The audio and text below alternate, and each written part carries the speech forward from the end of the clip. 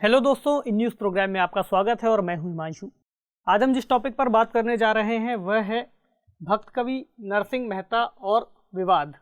तो नरसिंह मेहता नाम के एक भक्तिकालीन कवि रहे हैं, बहुत प्रसिद्ध हैं, आप में से कई लोग उन्हें जानते होंगे, कई लोग जो नहीं जानते हैं वे आज उनके बारे में जान लेंगे। तो उनसे जुड़ा एक विवाद हाल ही में चर्चा में आया है और उसके क्या कारण हैं, इन सभी मुद्दों को आज हम समझेंगे। क्योंकि भक्तिकालीन कवि हैं, ऐसे में इनका महत्व अपने आप में कई सारे विषयों को लेकर होता है, इस लिहाज से भी यह विषय महत्वपूर्ण हो जाता है।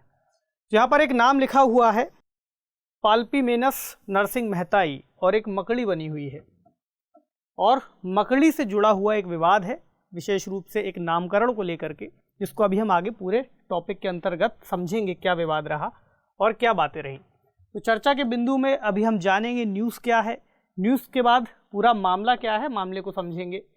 ये जो नई प्रजाति है, यह कौन सी नई प्रजाति है, इसका नामकरण कैसे किया गया है, जिसको लेकर के विवाद सामने आ रहा है। विशेष रूप से नरसिंह मेहता कौन थे, इनके बारे में भी जानना बहुत ज़रूरी है। जो विवाद है उसमें एक समुदाय का नाम भी आता है, नागर समुदाय, उससे इनका कैसा संबंध रहा। इसके अलावा इस पूरे मुद्दे में सांस्कृतिक महत्व क्या है नरसिंह मेहता जी का, उसके बाद इसका समाधान किस तरीके से निकला या अभी तक नहीं निकला, या प्रक्रिया चल रही है, कैसे चल रही है, और अंत में एक सवाल रहेगा जिसे आप मेंस के स्तर पर और ख़ास तौर से अगर प्रीलिम्स में भी कोई सवाल बन जाए तो आप उसको टिक कर सके, ऐसा हमारी यहाँ पर प्रयास रहेगा। तो यह विषय जीएस पेपर 1 और 3 के अंतर्गत कवर किया जाएगा, यानी कि हम कहें भारतीय विरासत एवं संस्कृति के अंतर्गत और बायोडाइवर्सिटी, चूँकि एक नई प्रजाति की खोज से संबंधित मामला है जिसके नामकरण के चलते विवाद बना है। पूरा मामला देखने से पहले एक बार न्यूज़ देख लें। न्यूज़ है researchers to rechristen spider species after objection from admirers of Bhakti era poets. Bhakti era यानी भक्तिकालीन जो कवि रहे हैं उनको लेकर के रिसर्चर्स ने एक खोज की थी एक मकड़ी की, जिसका नाम उनके नाम पर रखा गया, जिसके बाद से ऐसा विवाद आया। तो ये हैं वो कवि जिनका नाम है नरसिंह मेहता। तो एक विश्वविद्यालय है गुजरात के अंतर्गत जूनागढ़ का, इसका नाम है भक्त कवि नरसिंह मेहता विश्वविद्यालय। तो इससे जुड़े कुछ शोधकर्ता थे जिन्होंने गिर वन्यजीव अभयारण्य के अंतर्गत एक नई मकड़ी की खोज की थी और उसके बाद उस खोज को प्रकाशित कराया। उनका उद्देश्य ये था कि चूंकि इस मकड़ी की जो खोज की गई थी जूनागढ़ के तहत की गई थी, ऐसे में नरसिंह मेहता जी का वहाँ पर विशेष योगदान माना जाता है। इसी के चलते उनके नाम पर इस मकड़ी का नाम रख दिया गया और नाम रखा गया पाल्पीमेनस नरसिंह मेहताई।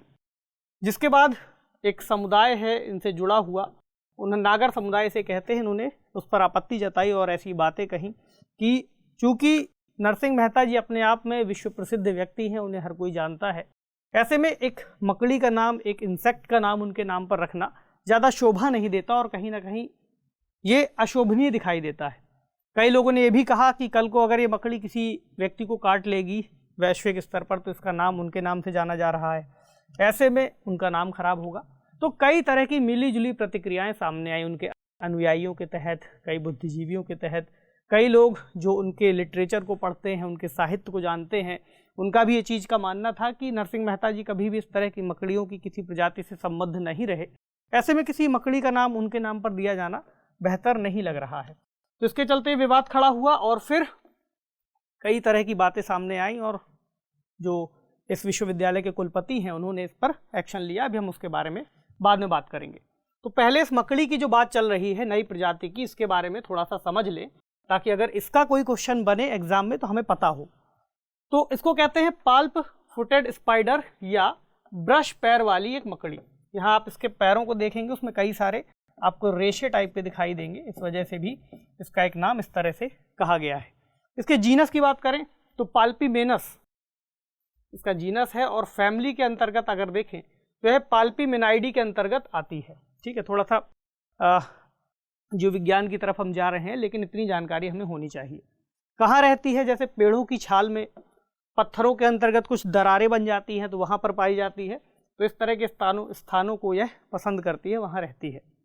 तो BKNMU जो यूनिवर्सिटी है वहाँ पर थे नमत्र हुन जो शोधकर्ता हैं वहाँ के, प्रोफेसर रावल, और अहमदाबाद के एक शोधकर्ता हैं जतिन प्रजापति।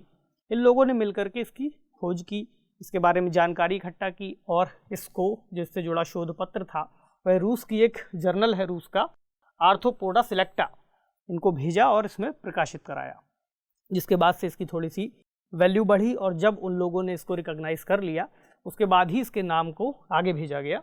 तो उसको भी देख लें। वर्ल्ड स्पाइडर कैटलॉग नामक एक संस्था है जहां पर मकड़ियों से जुड़ी वैश्विक स्तर पर जितनी भी मकड़ियां हैं उन सभी की प्रजातियों से जुड़ी जो जानकारी है इस कैटलॉग के अंतर्गत रहती है। तो इन्होंने भी इसको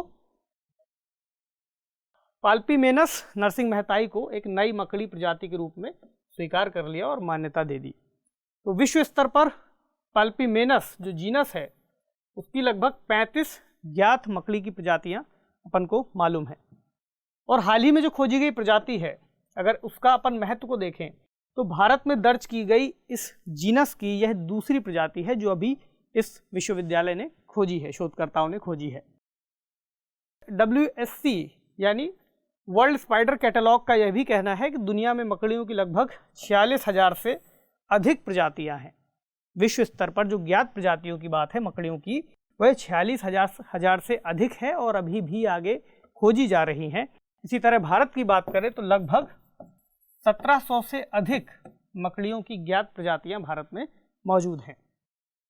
ठीक है, अब बात करते हैं नरसिंह मेहता जी के बारे में। इनके जीवन से जुड़े कुछ जो महत्वपूर्ण बिंदु हैं वह हमें मालूम होने चाहिए। उनका जीवन कैसे शुरू हुआ, वे कौन थे, किस समय काल में थे। तो इनको एक भक्त, एक कवि के रूप में जाना जाता है जो विशेष रूप से कृष्ण भक्ति धारा से जुड़े हुए थे और इनका समय काल लगभग वही 15वीं शताब्दी के आसपास का माना जाता है।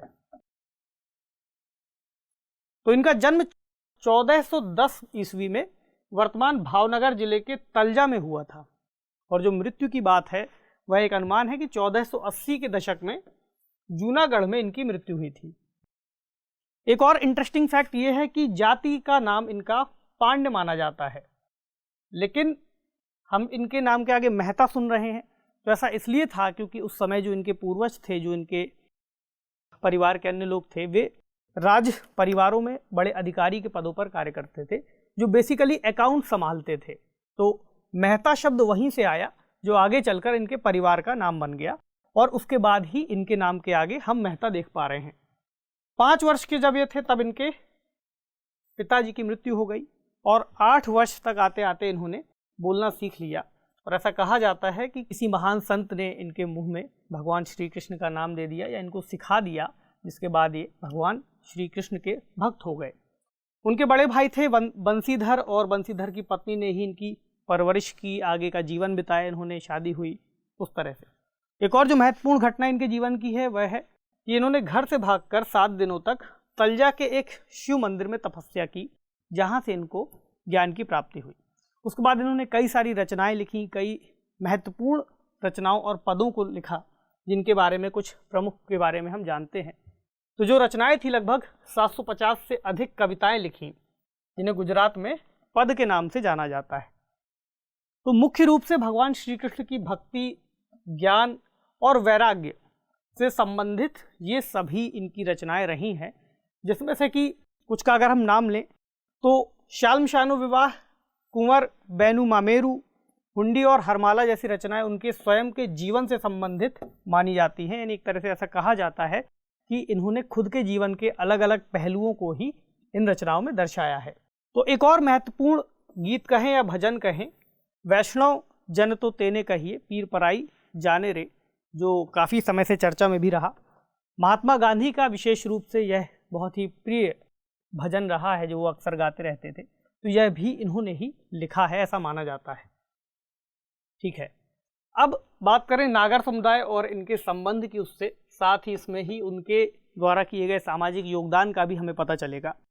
तो एक जगह थी हरिजनवास नाम से, जहाँ पर उस समय के कुछ दलित लोग रहा करते थे, दलित कहे जाने वाले लोग रहा करते थे। तो ये वहाँ पर जाते थे और हरिजनों के साथ भजन और कीर्तन गाते रहते थे।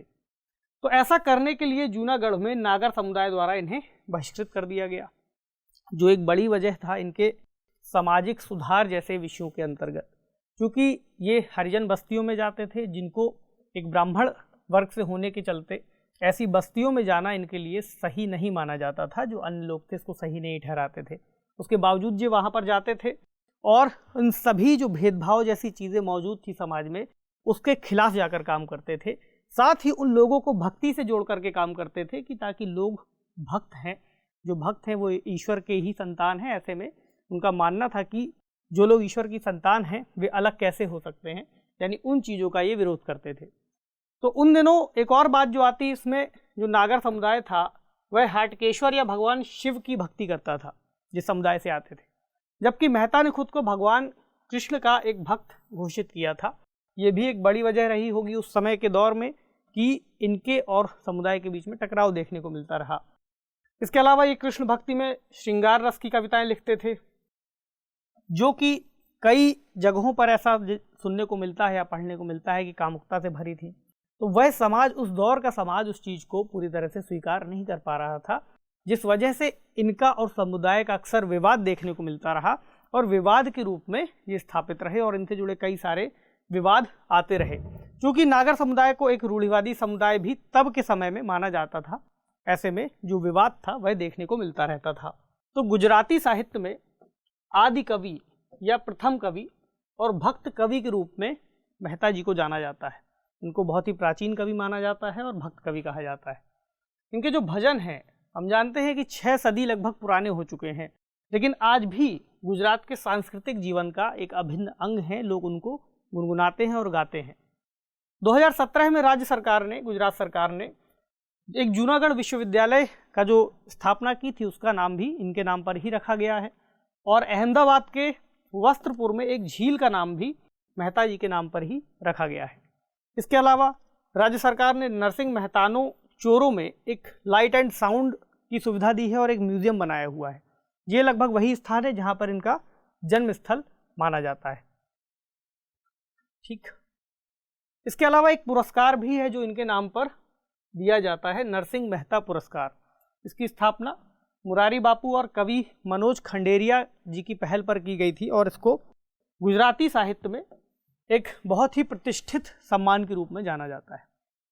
ये था इनसे जुड़ी जानकारी। अब बात करें कि मुद्दे का समाधान क्या निकाला जा रहा है या क्या निकला। तो जो विश्वविद्यालय है, भक्त कवि नरसिंह मेहता यूनिवर्सिटी के कुलपति ने शोधकर्ताओं को नाम बदलने का निर्देश दे दिया है। जैसे ही उनके पास ये सभी इस तरह के विवाद के मुद्दे पहुंचे, उन्होंने इस नाम को बदलने के लिए बातचीत की और आगे इसके निर्देश दे दिए।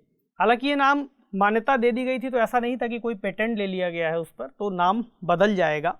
चूँकि ऐसा नहीं माना गया, मतलब कुलपति जी का ऐसा बयान आया कि ऐसा मानना चाहिए कि अगर इससे लोगों की आस्था को ठेस पहुँचती है तो उस चीज़ को बदल देना चाहिए।